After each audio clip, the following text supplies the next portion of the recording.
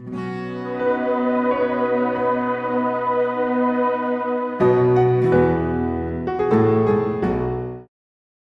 we have a question from this mic here? Sure. I just first like to say thank you for coming here. And my name is Puya. So I'm a student drama. And I come from Iran, not Iraq. Iran, the old name Persia. So I come from a religious family. My family are Muslim. But I born as a Muslim. But I didn't want to born as a Muslim because, so as a family I born. But still I haven't accepted Islam because of some certain points. My main question was about the time, like Asian time, back to the 1,000 years ago, when the time the Islam come to my country and we became a Muslim. So as I read in the history and those kind of stuff, I found it out that the Arab countries, so they attacked my country and they invade my country and they brought Islam by force without my king accepted. So Persia was the old country and it was the most civilized country from the ancient time until now. We believe a real God, we were worshipping a real God, and our religion was Zartosh. So he was a prophet also. So we believe in good deeds, good thought, good words. So even Cyrus the Great, he was the king of the world, and he was doing a lot of good things. Even some people, they was confused that they called him Masih. He was doing many good things, but he was never said, I'm a prophet, I'm a God. But even though that king, when he attacked the other country, he never killed a civilian, he never raped a woman, and he never made them to change the religion. Even somebody was worshipping a cow, he respect for them, even though he was worshipping a real God. He could make them to worship also same as what is worshipping. But in the Islam way, if you're going to promote your religion, doesn't mean that you have to force it to somebody else or you have to make them to accept that religion. Because, human being means freedom. So anyone, they should have a right, human rights. So maybe those people, they didn't want that religion. So why they have to attack and, to bring it by force? That was the main question that make my heart a bit, to make me to my belief go down. So. Brother, are you Parsi? Pardon? Yeah, I'm from Fars. Are you a Parsi? You mean Farsi? Are you a Parsi? Are you a Zoroastrian? No, I'm not following any religion. You don't belong to any religion. I don't believe. But you said your parents were? My parents are Muslim, but because of this confusion stuff, I never try to follow the religion. I just believe in real God and doing the good things. So you believe in real God and good things. What are the good things? Where do you get the good things from? Good things like I don't harm the others. Whatever I'm doing, not try to harm the others. That's the first thing. As much as you can do the good things, even helping the others, and believe in the real God, not worshipping a stone or leaf or whatever. And I believe God is single. But I didn't. So you have your own philosophy. So you want to bring a new religion. I'm not going to make any religion. I'm just following my brain because as I know, God gave us a brain. So I didn't make my mind busy by following the books. When I was 10 years old, I was just thinking until now even.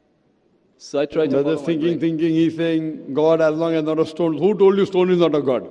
Anyway, I'll answer your basic question. Your basic question is that Muslims came to Persia and they conquered and they forced people to accept Islam. So no one should force at all. I agree with you. Point to be noted is that today the media promotes that Islam was spread by the sword. I am aware that there are certain black sheep in the Muslim community and there are certain Muslim rulers who did wrong things. But as a whole, Islam was never spread by the sword. Islam was never spread by the sword. It's spread by sword. Sword. Sword means force. Force, yeah. Like you said, now Muslims came and conquered Persia, etc. You see everywhere it's happening. There are wars taking place. But in Islam, it's clearly mentioned in Surah Baqarah, chapter 2, verse number 256. La ikraha fid deen. There's no compulsion in religion. Truth stands out clear from error.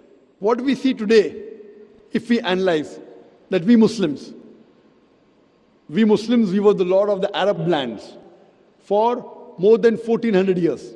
For the past 1400 years, the Muslims were the lord of the Arab lands. For a few years, the Britishers came. For a few years, the French came. But overall, the Muslims were the rulers of the Arab land. Yet today, there are more than 9 million Christians who are Coptic Christians. That means they're Christians since generation. If the Muslims wanted, they could have forced each and every non-Muslim to accept Islam at the point of the sword in the Arab land. These more than 9 million Coptic Christians, they are giving Shahada. They are bearing witness that Islam was spread by the sword. We Muslims, we ruled India for more than 1,000 years. We ruled India for more than 1,000 years. If we wanted, we could have forced every non-Muslim Indian to accept Islam at the point of the sword. Today, more than 80% of the Indians are non-Muslims. These more than 80% non-Muslim Indians, they are giving shahada, they are bearing witness that Islam was inspired by the sword. Which Muslim army has come to Indonesia? Indonesia today has the largest number of Muslims in any country, more than 200 million Muslims. In Malaysia, more than 55% of the citizens of Malaysia are Muslim. I am asking you, which Muslim army came to Malaysia? Your country, which Muslim army came? Which Muslim army went to the east coast of Africa? It was the business, it was the traders. When they came here, people accepted this religion. It is the media hype which talks about Islam was spread by the sword. Yes, there were a few people. There were a few black sheep of the Muslim community. Brother, you asked the question, you're listening or you're raising the hand? Okay, sure. You asked the question, you gave the background, I listened to it, and now you want to raise your hand. I have not completed my answer. Okay, sure. Continue. If you ask the question, you should think. Because if you're thinking something, I'm a doctor. If you're thinking, that means you won't hear my answer. If I ask you to repeat, you won't be able to repeat 25%. So when you listen, you should give attention. I'm a doctor. I've done psychology also. So, this is the media hype. If you read Thomas Carlyle, historian, he writes in his book, Heroes and Hero Worship. He puts number one hero prophet as Prophet Muhammad Sallallahu Alaihi Wasallam. He's a Christian. He says, if every new idea originates in one man's head, it dwells alone in the full world. It will do little good if he takes up a sword and propagates it. You have to first get your sword. He's talking about sword of intellect. There was a survey done in the Plain Truth magazine, a survey in the increase of the major world religions in a span of 50 years. In a span of 50 years, from 1934 to 1984. In a span of 50 years, the increase in the major world religion. It came in Reader Digest, Almanac Yearbook, 1984. Number one maximum increase in religion, it's Islam, 235%. Christianity, only 47%. I am asking you, which war took place between 1934 and 1984, which forced the non-Muslim to accept Islam? Which war? Which war? Today, leave aside the past. Today, the fastest growing religion in America is Islam. The fastest growing religion in Europe is Islam. I am asking you, who's forcing the Americans to accept Islam? Who's forcing the Europeans to accept Islam? You were not there born. Were you present in the past? Arabs came to my land and forced. Where were you present? This is history. Many things in history is false. So that's what? Okay.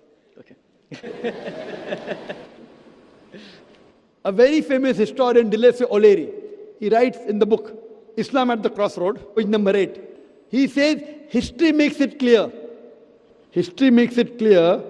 that the legend of fanatical Muslims sweeping across the world, forcing Islam at the point of the sword, is the most fantastic, absurd myth that historians ever repeated. Who says that? Dilese O'Leary.